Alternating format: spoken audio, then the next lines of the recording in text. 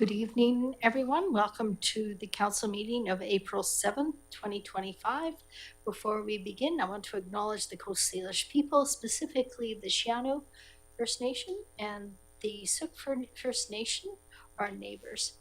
We recognize and respect the First Nations governments, all of whom have a long-standing tradition with these land, seas, and waters that continues to this day, and at a time when they're making important decisions for their communities as well. So council, we have an agenda before you. There's no additions. If there's no additions, I'll ask for a motion to approve the agenda. Moved by Councillor Gray, seconded by Councillor Shukin. All in favor? Opposed? Carried. There's no presentations, but we do have time for public participation. If you wish to speak at public participation, you have 4 minutes. There's a light there. It will flash yellow when you have 30 seconds left. State your name and your road.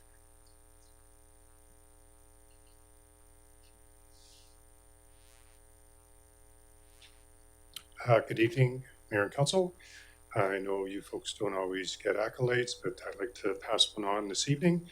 I attended the Parks Master Plan open house on Saturday at the school. Unfortunately, it wasn't better attended. I was hoping to see more folks, but it was nice to see all the members of PTAS in attendance and a majority of council. And I was a Parks person for many years, and it was nice to engage with some of the long-term members of the committee, and it was well informative for the folks, and I'd like to thank you, Councillor Shukin, for putting that on. Thank you. Thank you. Anybody else wish to speak at public participation? Okay, seeing none, we'll move on, Council, to page 5 of the council agenda. We have the minutes from March 3rd, 2025 for adoption. Moved by Councillor Gray, seconded by Councillor Epp. All in favor? Opposed? Carried. Thank you. And then we have the minutes from the March 17th council meeting. Moved by Councillor Epp, seconded by Councillor Donaldson. All in favor? Opposed? Carried. And then we have the special council meeting, March 20th, 2025. Moved by Councillor Shukin, seconded by Councillor Epp. All in favor? Opposed? Carried. And then we have the receipt of the minutes. Councillor Donaldson for March 27th, 2025 on page 23.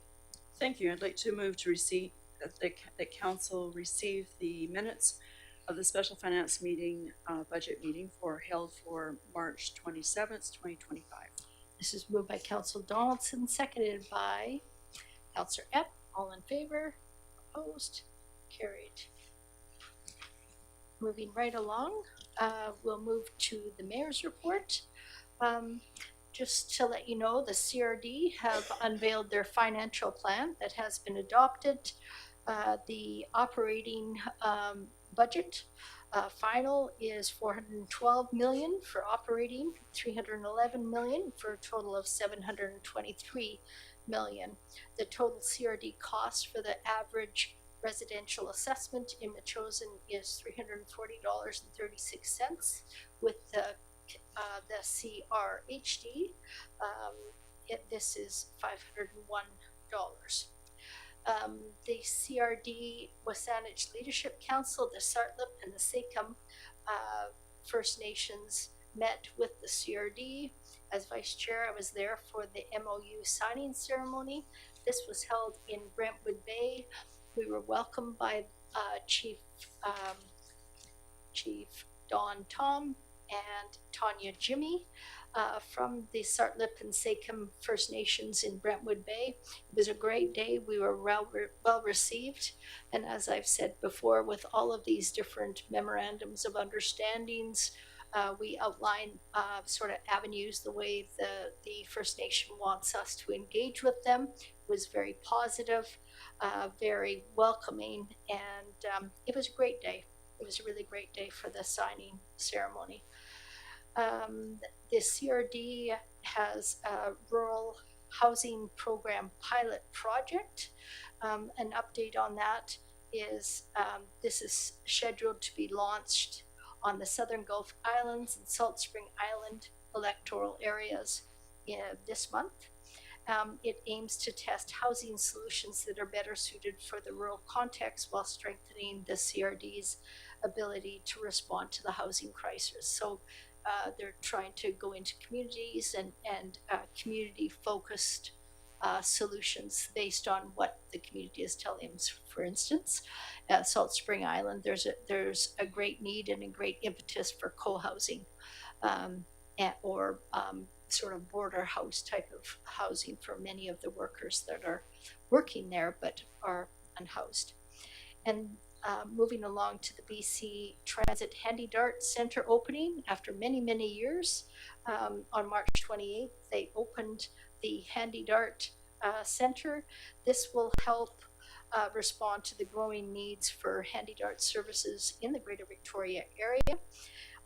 It enables a much needed expansion of the conventional transit system. So that's something else I attended. And then lastly, we've been awarded a Spark BC Local Accessibility Grant of $25,000 for the creation of accessible parking spaces through resurfacing a portion of the gravel parking area by the Metchosin Community House and construction of an accessibility ramp at the Metchosin Schoolhouse Museum. We want to thank the Capital West Advisory Committee, Island Health, and Miss Janie Finnerty, Metchosin's Capital West Accessibility Advisory Committee representative, for their support in our grant application. And that's that. So moving along to page 31, we have business arising from the Parks and Trails Advisory Select Committee for comments. Councillor Shukin. Thank you, Mayor Little. So we met on March 18th to talk about the phase 2 the recommendations in phase 2 of the active transportation report. And in short, PTAS kind of liked all of the above. So we talked specifically about the potential projects in the village core area, and we certainly saw merit of improving pedestrian safety, particularly around this section of Metchosin Road, William Head Road, and the Hall. There was one observation that was made about once you get across the road to the store, you're kind of in a pedestrian no man's land for a little while, with not really a clear sense of where to go. That changes a little bit once you get to the museum, but there might be some room to sort of suss that out and delineate it a little bit more.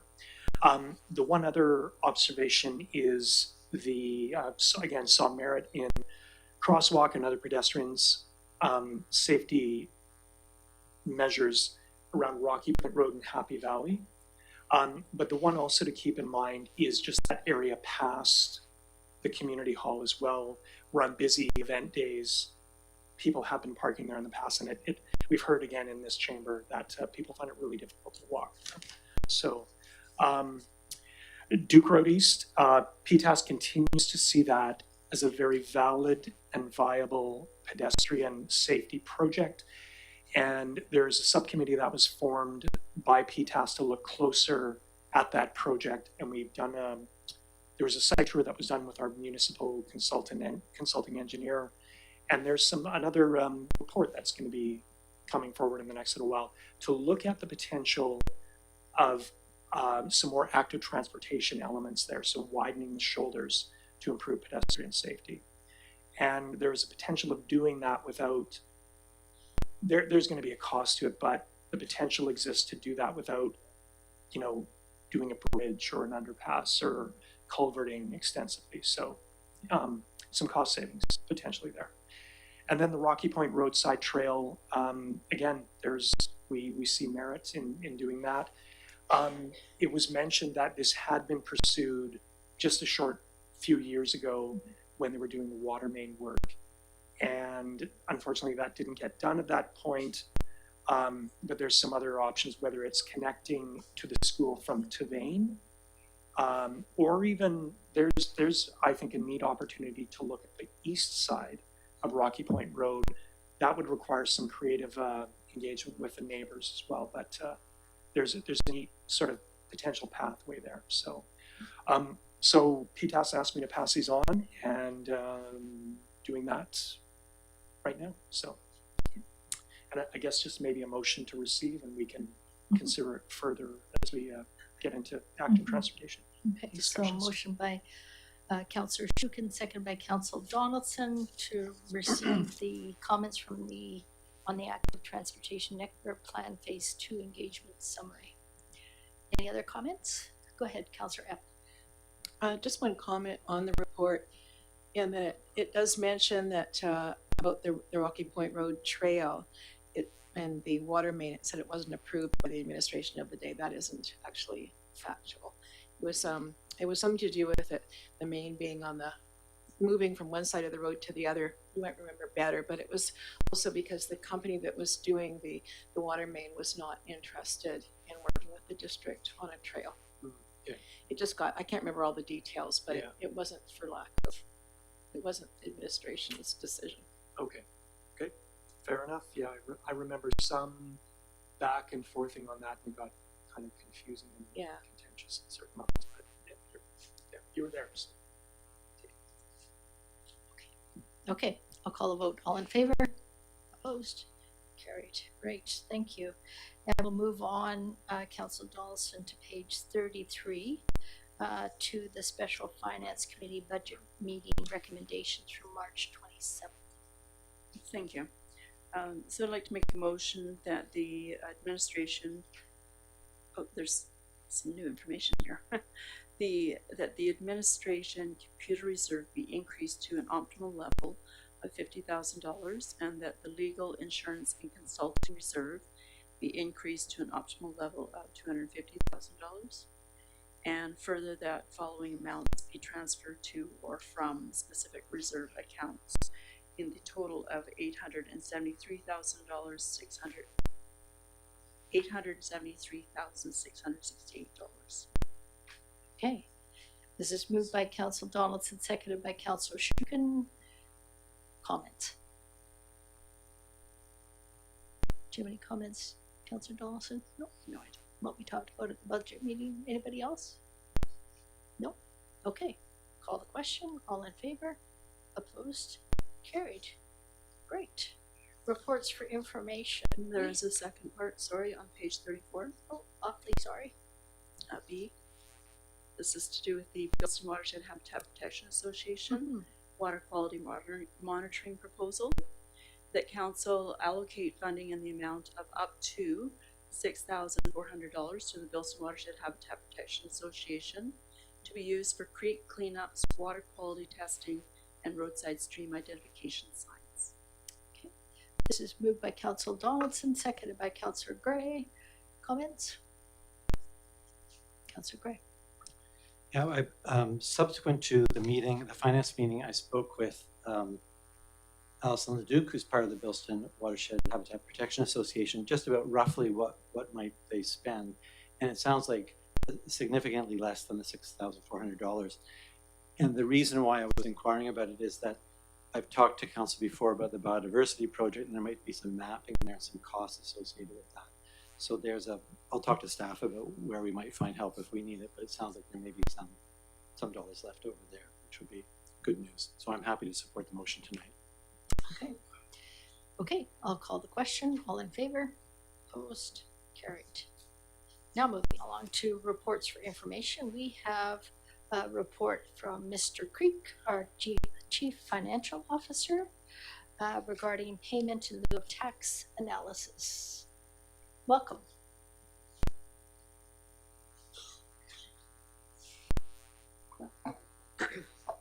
Thank you, through the chair. Thank you, Mayor and Council. This is coming from our last budget meeting. There's a question about the payment in lieu of taxes, or PILT, that we're going to be receiving over the next 5 years due to the changes with the treaty negotiations happening with BWHPA. First question about was Section 25, 28, and 95, whether negotiations would affect the money received from that. We don't currently receive any money for Section 25, 28, or 95. Those are all owned by the province, not the federal government. And then because there's nothing on them, I assume that's why they wouldn't pay us anything, because they don't have any staff. There's on. It's just all land with no improvements. So the big one with the Mary Hill negotiations going on right now, the district received $149,985 in 2024 related to Mary Hill. That would be equal to a roughly 5% taxes. 1% equals $30,000.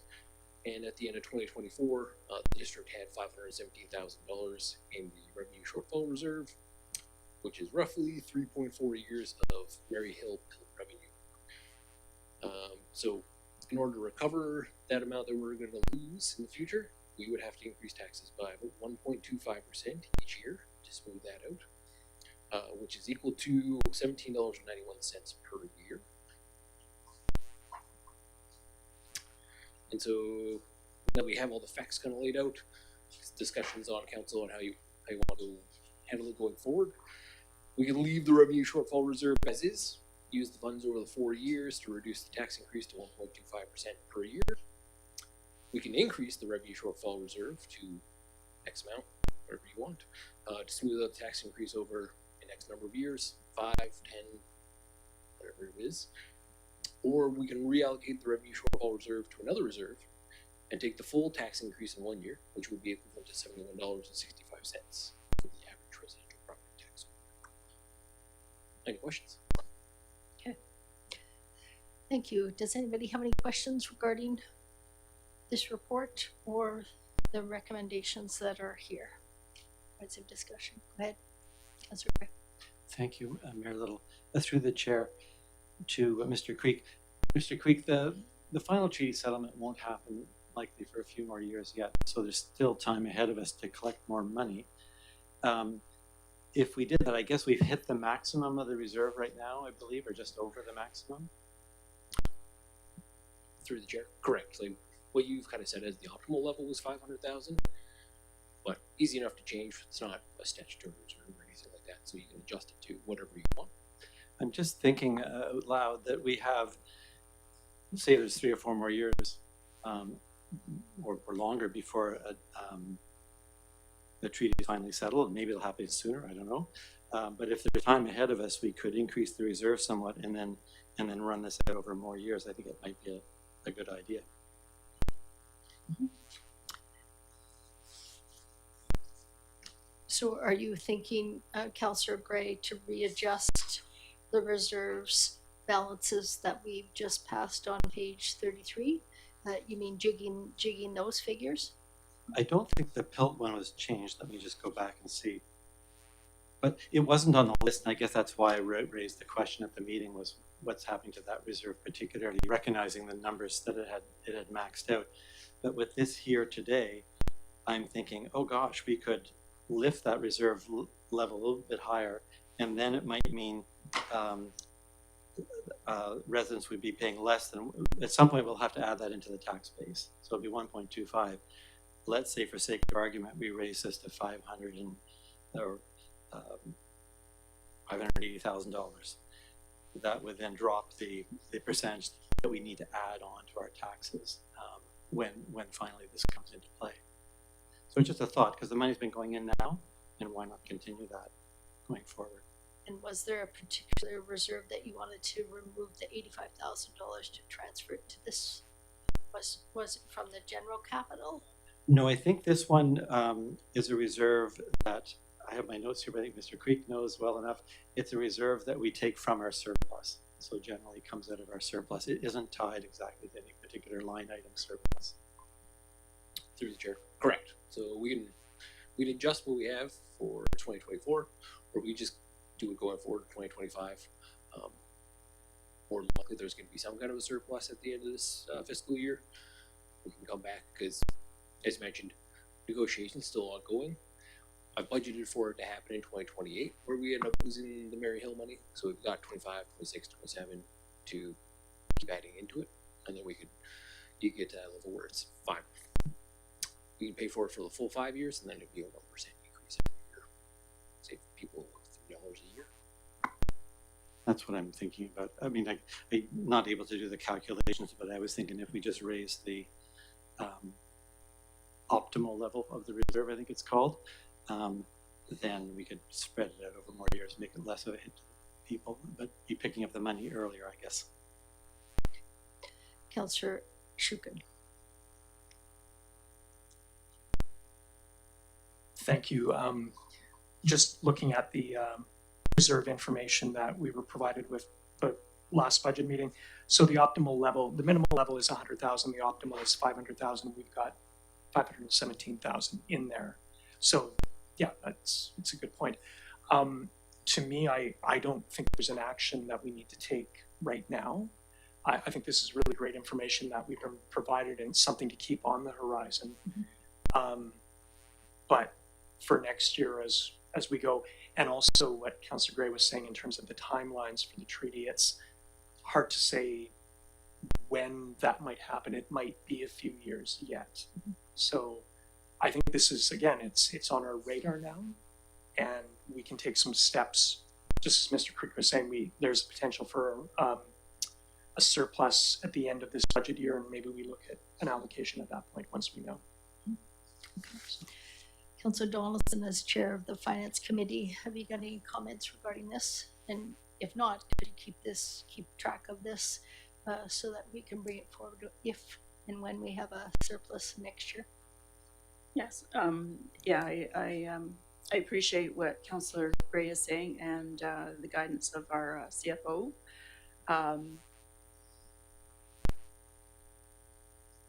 Yeah, I'm cognizant of the fact that we need to keep mindful of these funds leaving us and then where are we going to be left. So knowing that we will have some reserves or some surplus, I think that's key as well.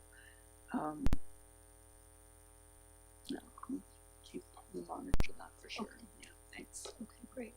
Councillor Epp. I'll move that council receive the report payment in lieu of tax analysis for information. Okay. Second. This is moved by Councillor Epp, seconded by Councillor Shukin. Do you have anything else to say, Councillor Epp? No. No. Go ahead, Councillor. So I'm happy that we've raised the issue and we've gotten a look at the numbers. And then through the chair, I might just ask if Mr. Creek could keep an eye on it so that when we get around to this question next year, we'll know it's one of the options that council would be interested in exploring. But thank you. Okay, seeing no other comments, I'll call the question. All in favor? Opposed? Carried. That's unanimous. Moving along. Thank you, Mr. Creek. Moving along to page 37, the CRD monthly bylaw and animal care services report for February. This is what we see every month. Not a lot there. Quite a few bylaw enforcement issues regarding deposit of fill. Okay. I'll take a motion to receive. So moved.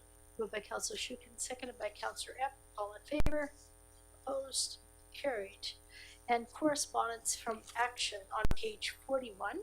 We have a letter from the AVICC president asking for our input on the regional district legislative roadmap. We also dealt with this at the CRD, and what we decided to do was we referred it to the electoral areas for comment, since this is really directed towards electoral area reform, but of course any other comments on the community charter and the local government act are welcome. There's a survey here. All individuals can give input to that survey. The end date is May 31st. I think it would be onerous for us to come to some kind of agreement on specific action items. I think it's a better course to take the survey, all of us individually. Yeah, Councillor Gray. And just for clarity, it's both the Local Government Act and the Community Charter that we're looking at? Actually, it's the Local Government Act, the LGA. Thank you.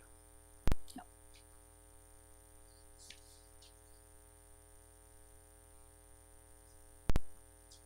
Okay. With that, I'll take a motion to receive. Moved by Councillor Donaldson, second by Councillor Shukin. All in favor? Opposed? Carried. And we have correspondence for information on page 43. We have the letter of support from Island Health regarding the Spark BC Community Accessibility Grant that we received of $25,000. Motion to receive. Moved by Councillor Gray, seconded by Councillor Donaldson. Motion to receive with thanks. Yeah, thanks. Absolutely. All in favor? Opposed? Carried. Similarly, we have a letter from our own Capital West Accessibility Advisory Committee. Take a motion to receive. Moved by Councillor Donaldson, seconded by Councillor Shukin. All in favor? Opposed? Carried. Not opposed. And then on page 47, we have a letter from the Peninsula and Area Agricultural Commission, the PAC. This is concerns regarding invasive and destructive geese and on the detrimental effect on crops. And they wish to have a renewal of harvesting permit for goose so that they can continue their good farming work. So that's a letter from the PAC. With that, I'll take a motion to receive. Moved by Councillor Donaldson, seconded by Councillor Shukin. All in favor? Opposed? Carried. Could I ask, are we planning to, it asks us, this is a request, that we support the renewal of a harvesting permit. Are we going to support it or not?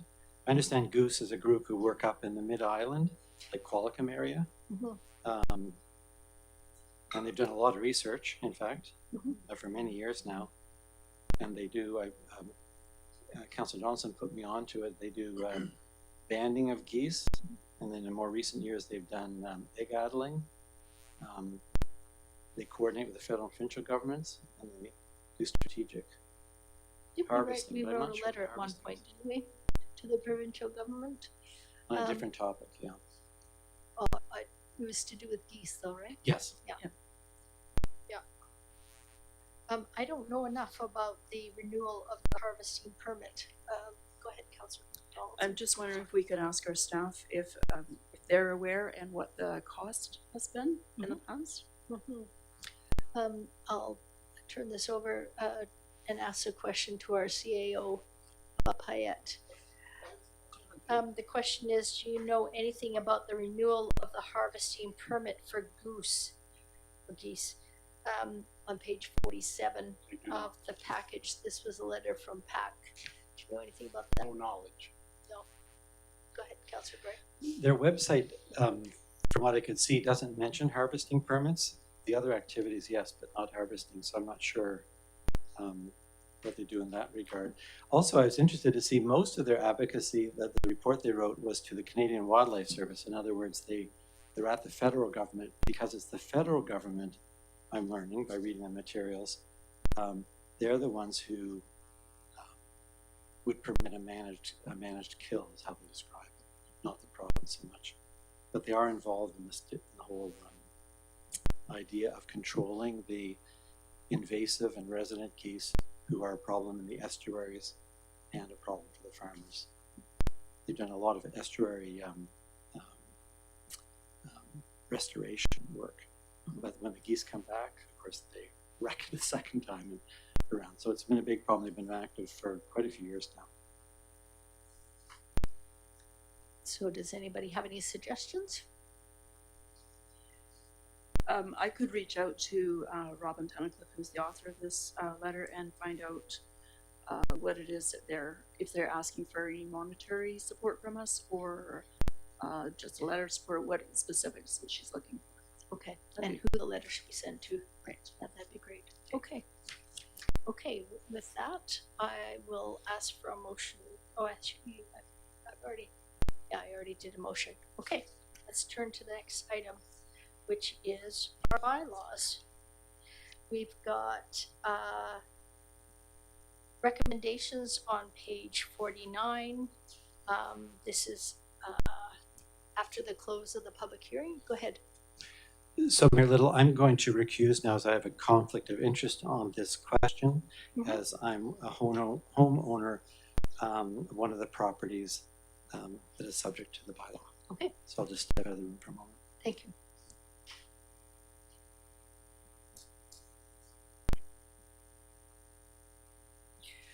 Okay, we have a letter here from Ms. Tara Johnson, our planner, to the Chief Administrative Officer regarding the OCP amendment bylaw number 693.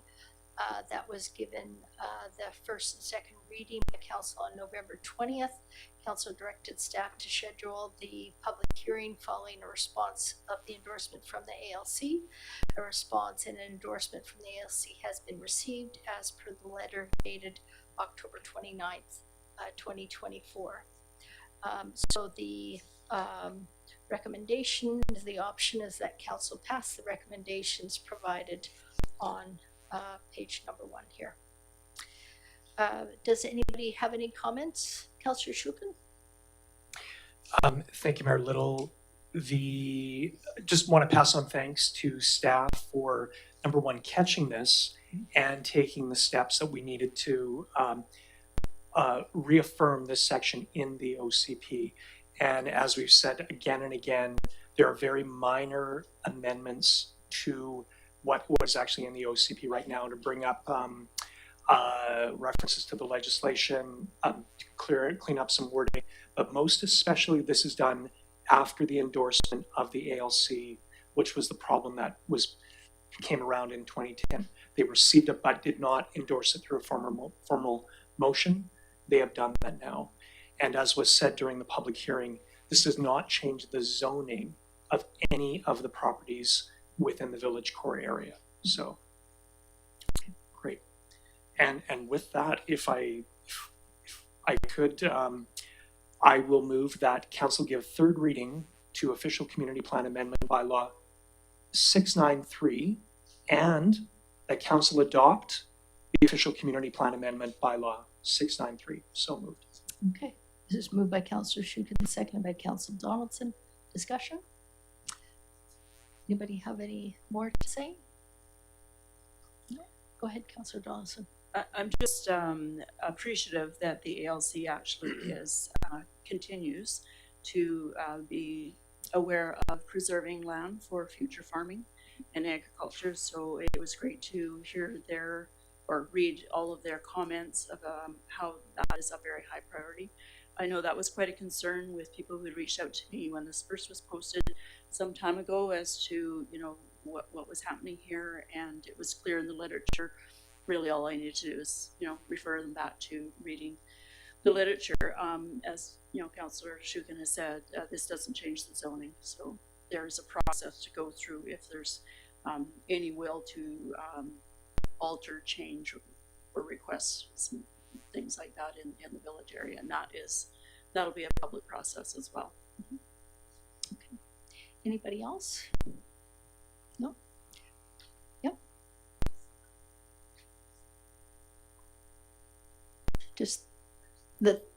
Okay. So we're going to call the question on the third reading to begin with. Okay.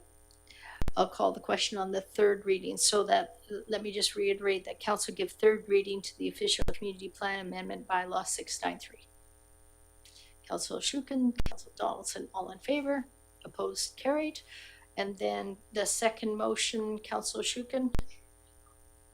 Thanks to Ms. Hanson for correcting the sequencing here. So I would move that council adopt official community plan amendment bylaw 693. So moved. Moved by Councillor Shukin, second by Councillor Epp. All in favor, opposed, carried. Great. Thank you very much, everybody. Okay, let's move along. We'll get Councillor Gray back into the room. This is also a report to council from Mr. Jeffrey Creek, our Chief Financial Officer, regarding Financial Plan 2025 to 2029. Thank you.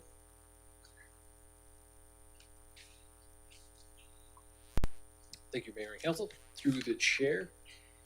So this again comes from our last finance budget meeting regarding the financial plan and then subsequent tax rate bylaw that has to follow. So we made the update to remove the $6,000 for the garbage cans. You can see that on page 72. Transfers went from 60,000 down to 54,000. And then based on the final numbers we got from BC Assessment under the revised roll, they changed some of the residential family values, so we lost about $2 million there. And that resulted in a bit of a small change to the actual tax rate increase for everybody, but very, very minimal, like less than 0.1%. So nothing to be too concerned with. The overall increase was going to be $53.86 for the average residential single-family home. I've got most of the numbers from the other taxing authorities. I don't have BC Transit yet. It looked like they were going to approve a 35% increase in 2025. But with the CRD, hospital, West Shore, library, BC assessment, and MFA, their total increase is going to be $120.18 for the average residential property owner. $98 of that is coming from the school. Yeah. Oh, for everybody else, $120.18.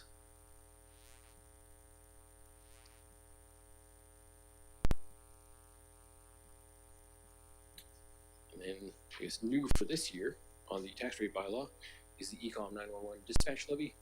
So we threw that into column G. The other ones all followed there.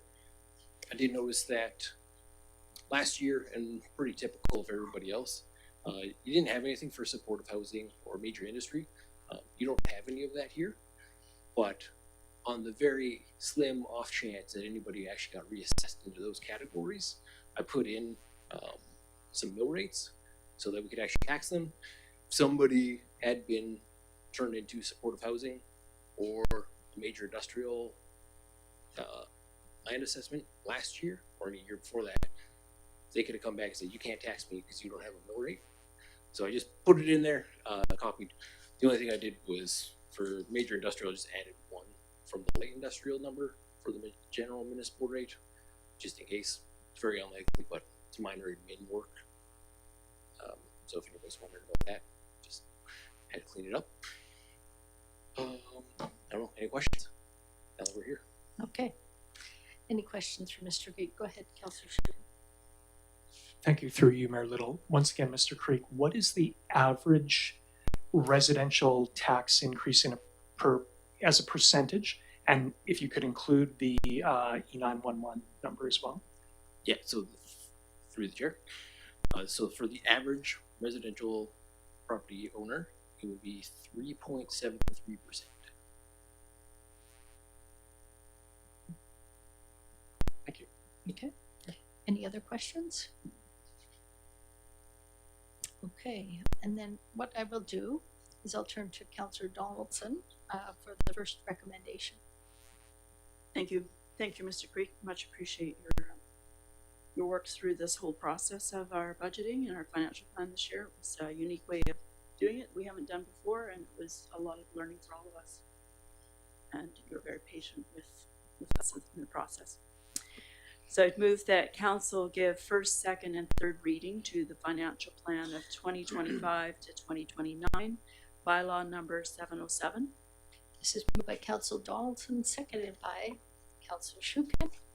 Comments? Go ahead. I just want to echo what Councillor Donaldson is saying about the great work by staff and taking us through this process, and a wonderful outcome, particularly when we see in some CRD local governments double-digit increases. So this is a very good outcome. So, Okay. Go ahead, Councillor Gray.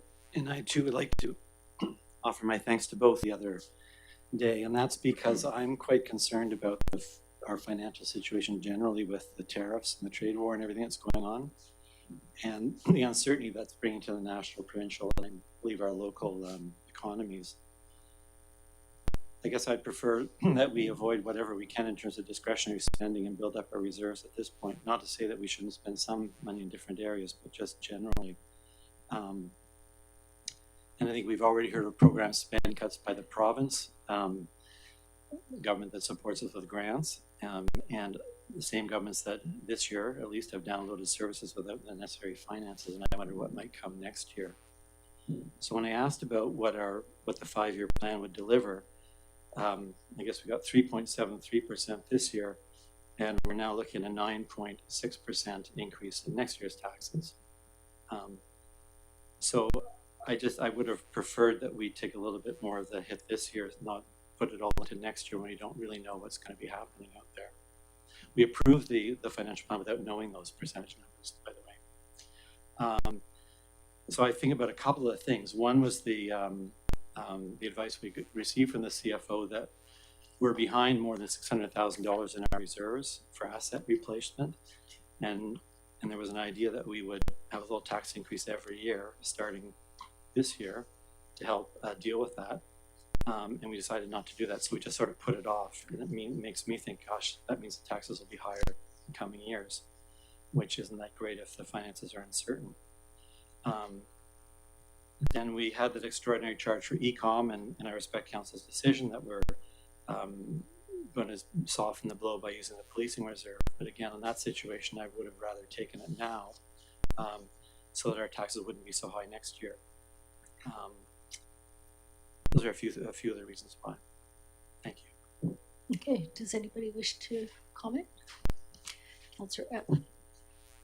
Just to say thank you. I think it's been a very clear and understandable process, and I really appreciate the work you put into it. Yeah, indeed.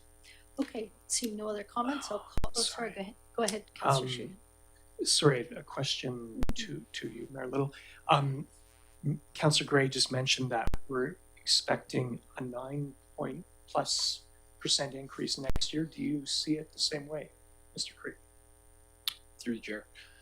So it's 9.6% basically because of the RCP and ECOM. So now in 2026, we're gonna have a full year of ECOM, which is still not sure where that's gonna go. Yeah.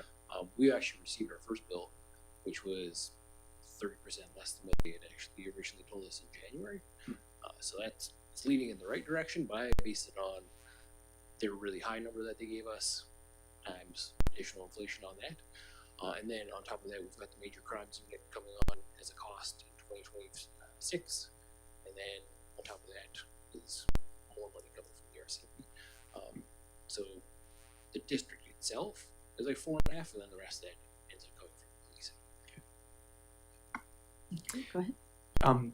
Yeah, thank you very much for the clarity. I think that policing costs are one of the things that local governments, big, medium, small, are always going to be contending with.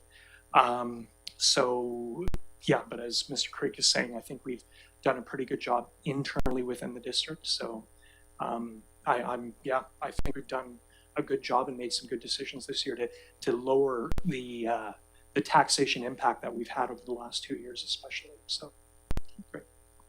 Okay, with that, I'm going to call the question. All in favor? Opposed? Councillor Gray opposed. Okay, Councillor Donaldson. And that council give first, second, and third reading to the tax rate of 2025, bylaw number 708. This is moved by Councillor Donaldson, second by Councillor Epp. Comments? I'll call the question. All in favor? Opposed? Councillor Gray opposed. Okay, thank you. Much thanks, Mr. Creek. Okay, we have no business arising, but we do have the notice of motion from Councillor Gray on page 77. Oh, actually, have I got, yes. So I move the district work to recognize the large arbutus trees at 3816 Duke Road as significant trees in the district. Okay, this is a motion by Councillor Gray. Do I have a seconder? Second. Councillor Donaldson. Go ahead. So protecting our forest canopy and saving trees and not disturbing nature are values held dearly by many people in Metchosin. There's nothing more magical than our forest and our tree frogs and many things that live out there. We're privileged to live so close to nature. Everyone on council, I think, knows that Shirley Wild's place, that the address is 3816 Duke Road has been sold, and we hear the property will be subdivided. Jeanette McMillan and others encouraged me to ask council to do what we could to protect the amazing arbutus trees on the property. And so I was in touch with our deputy corporate officer, who's working presently with legal counsel on revisions to our tree cutting bylaw. And I hope that comes forward for consideration later this year. In the meantime, we do have our existing bylaw, and we have a significant tree policy. And under the policy, as you've seen, property owners themselves identify significant trees. And then MEASC, and we did have a heritage committee, but these days MEASC would take a look and make recommendations to council, who then might make a designation. Significant trees are identified because of their importance to the community for reasons of heritage, landmark, or wildlife habitat. They're similar to protected trees in the bylaw. They can't be removed under bylaw except if they fall within a building envelope or they're considered dangerous. And from my vantage point, the benefit of the new owners of the wild residents designating these trees as significant trees would be in the interactions we might have with them as representatives of the community at large, and have some discussion. Let them know about the community interest in holding on to these landmark trees. Apparently they can be seen quite well from the water when people are out paddling, and they're quite majestic. And we could share information with the owners about things. So it's a little bit out of the ordinary they haven't come forward, but I'm asking if council would be okay if we were to contact them and see if they were interested in designating the trees. And that could happen through MEASC if that was the council's. Was happy with that idea. Okay, Councillor Donaldson. Yeah, I like this idea. I actually have been in that neighborhood quite a bit recently, and it was interesting that Councillor Gray had brought this up, because that was the one thing that stood out for me, was it borders the property as a bit of a buffer between the neighbors. And I think what's important is that if we can have the new owners be aware of where the building envelope is when they do go to put out the various lots as it is being considered for subdivision. I see there's stakes out there. I don't know at what stage they're at. The arbutus tree is a protected tree, but if we could have these as significant trees or be considered not to damage them anyway when they consider where they may put their buildings, there's some value in that. Okay, so yeah, I think this is a great idea. The only glitch is that the policy states that it should be the owners that identify the trees. So we haven't had the owners identify the trees and bring this forward, that we would refer to MEASC.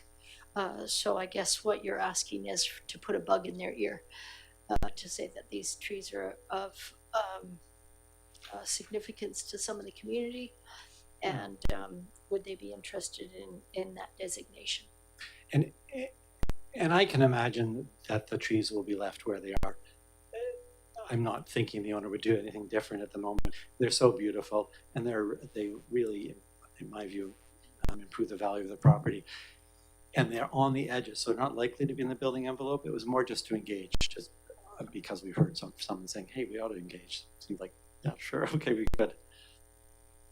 Right. So the question is if we're all in favor, would it be me asked to go out and approach the owner, or would you prefer staff to do that? Doesn't really matter to me. Is it not our policy that staff manage things like subdivision, and then if there's a need for any of the advisory groups input, whether it be Arts and Trails, like we have done historically, or MEASC, if there's an environmental concern, then staff would ask the environmental committee to, or whoever, to weigh in on some policy feedback, recommendations, that sort of thing. I believe it's a staff initiative. Go ahead, Councillor Brady. I'll just offer that the thinking here was simply to make contact, and staff have got so much to do. This is a simple thing for us to do on the committee. I've already spoken to Annie McKinnon, who people will know is a forester and a biologist, and part of the implementation of the significant tree policy. So I thought he might help us make contact through the committee. I'm just going to turn to our CAO, Payette.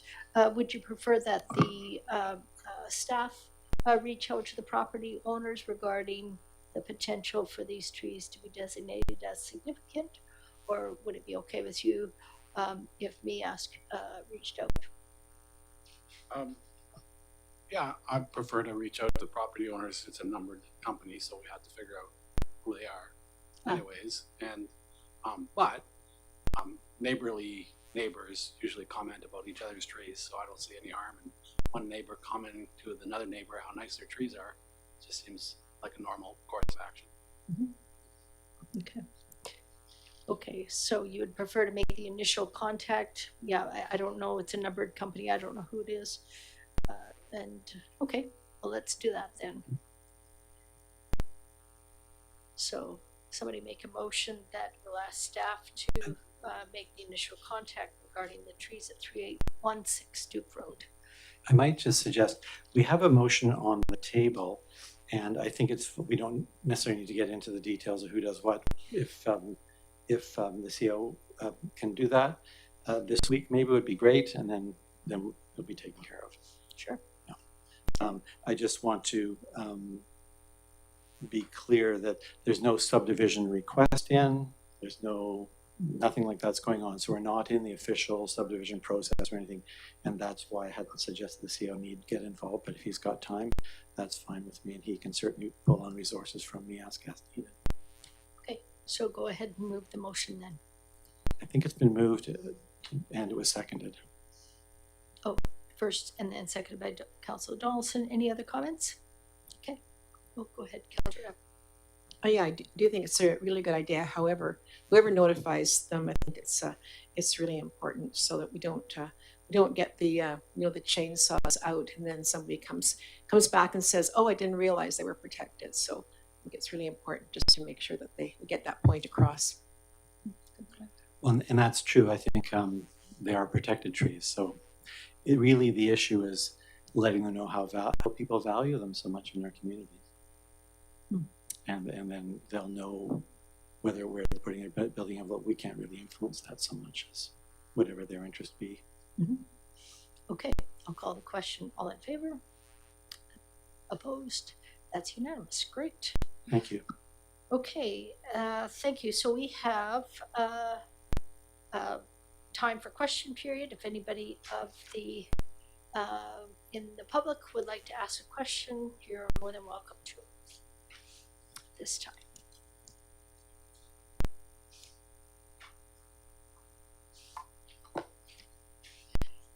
Good evening, Avril Yoakum.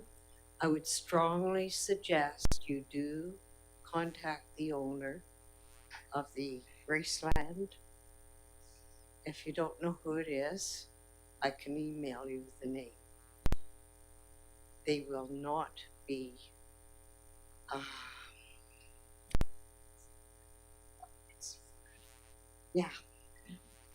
you will have to make a strong suggestion to protect those trees. Just word of advice. Okay, thank you for that advice.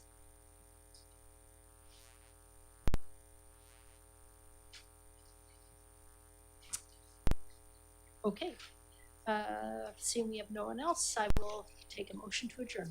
Moved by Councilor Gray, second by Councilor Donaldson. All in favor? Opposed? Carried. Great, thank you. Thanks, Council.